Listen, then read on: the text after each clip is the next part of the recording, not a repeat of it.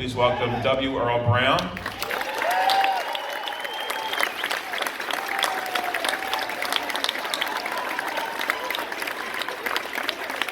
David Arquette.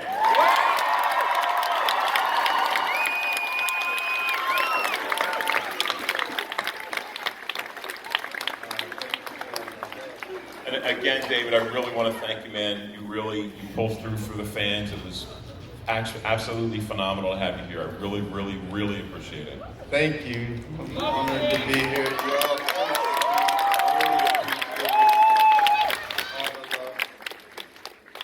But it was like, hold on.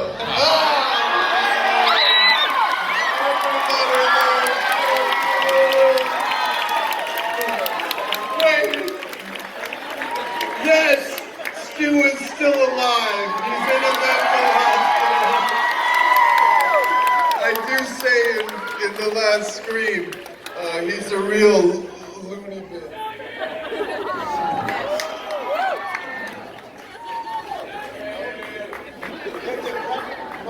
Oh yeah, I cried a lot.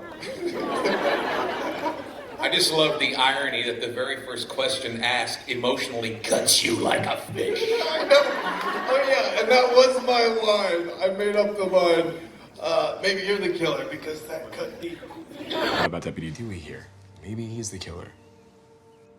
No offense. None taken, but what's my motive? You got stabbed 1 billion times, got dumped by your famous wife, and crawled into a bottle. I think it's safe to say you're on the suspect list. Well, maybe you're the killer.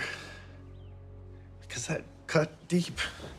That was in the scene because I read the script, but when the kid said it to me, Dylan, I was like, oh, no, it was painful. Again, life imitating art. I'm gonna move around the audience. We did get kicked out of our hotel 3 times. And I think it was Lillard who found the round barn. So we'd be at night. Did you find that barn? Oh, yes. So the security would come to his room, which is normally where we were, and go, all right, you guys, look, we have other guests. You have to please tone it down. So we'd be doing shit like climbing the fence and jumping in the pool at 3 in the morning and just all that. So he found this barn, which was about a half a mile away. So, you know, at around 11 o'clock when normal people would go to bed, or before we would get we're like, load up the cooler, grab the jam box, let's go to the round barn. So we watched the sun come up quite often. You have to understand that we shot nights. Yeah. And we were 22, 23, 24 years old. So we would get off of work at 6 a.m. And what do you do when you get off work at 6 a.m. when you're 22 and you have a pocket full of money? You drink like idiots. I mean, it was incredible. I don't know if you know this. We would walk in your room every week. First of all, we were in your room every night drinking. But like we would get like cash for per diem. And then David would go to like some random store somewhere in Santa Rosa and buy the weirdest shit you've ever seen. Yeah. I decorated the whole room in blacklight posters, lava lamps, and like black lights with them, and like beaded curtains, like the whole thing. You had a boat that was the size of the table. Yeah. This enormous boat. Yeah. I had, It was very strange. Yet remarkable. About 10 or 12 of your friends, people you trust, that you know well, and you line them up, one right after the other.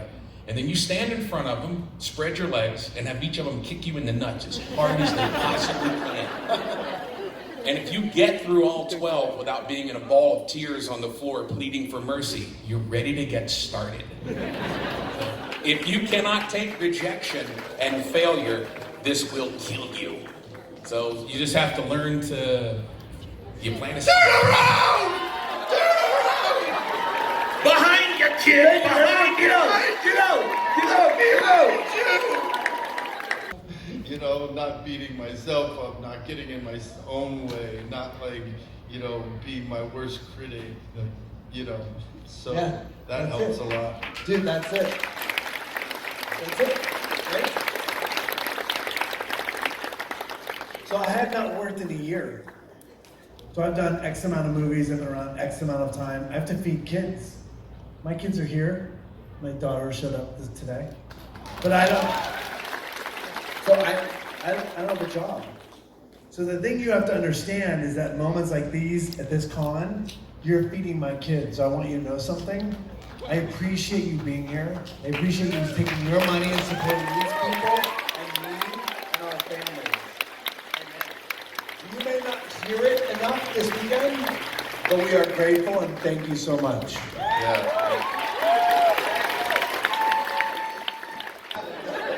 I don't have any kids, but I'm still hungry. So I'm just saying, I mean, do you have to have a kid to make a couple extra bucks? Who wants a combo? Oh my God. All right, next. You guys were so happy when I wasn't in the tent, right? You guys, This is my kid. Say hi to Macy. Macy! By the way, they just spent the last 6 weeks training as an actor. So they are incredible. They just played Hamlet last year. And they're fucking amazing. And they hate every single second of this. But I'm so proud of them. I was gonna cry, but I decided not to. No, you should cry. Cry more. I cry all the They time. should use it. And for a lot of my life was very self-abusive. So I grabbed a wine glass and went and broke it over my forehead because I'm insane.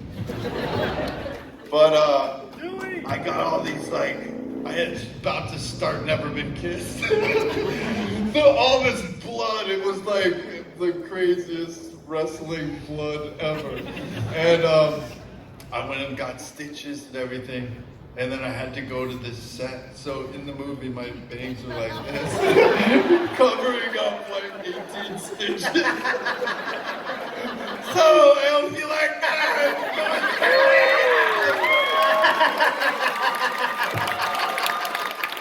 Nobody shares like I share. Okay. Please That doesn't ruin your love for her.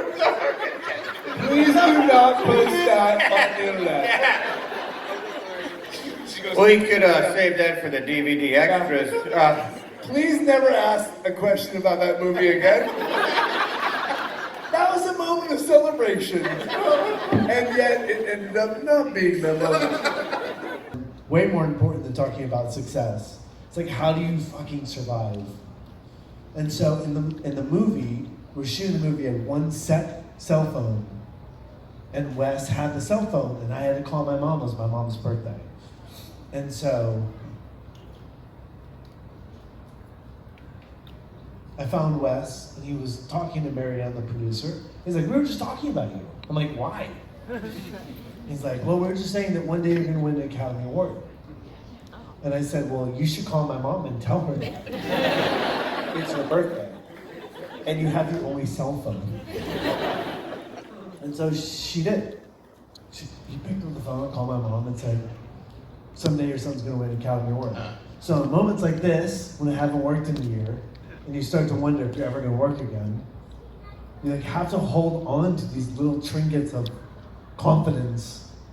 And so for me, Wes Craven, in that moment of one day you'll win an Academy Award, is the thing that lets you have hope that someday you're going to work again. I want to say thank you again for being here tonight. Thank you, Dave, for having us all, for helping us feel okay. We are so grateful that you're celebrating with us. So thank you so much. Say your name.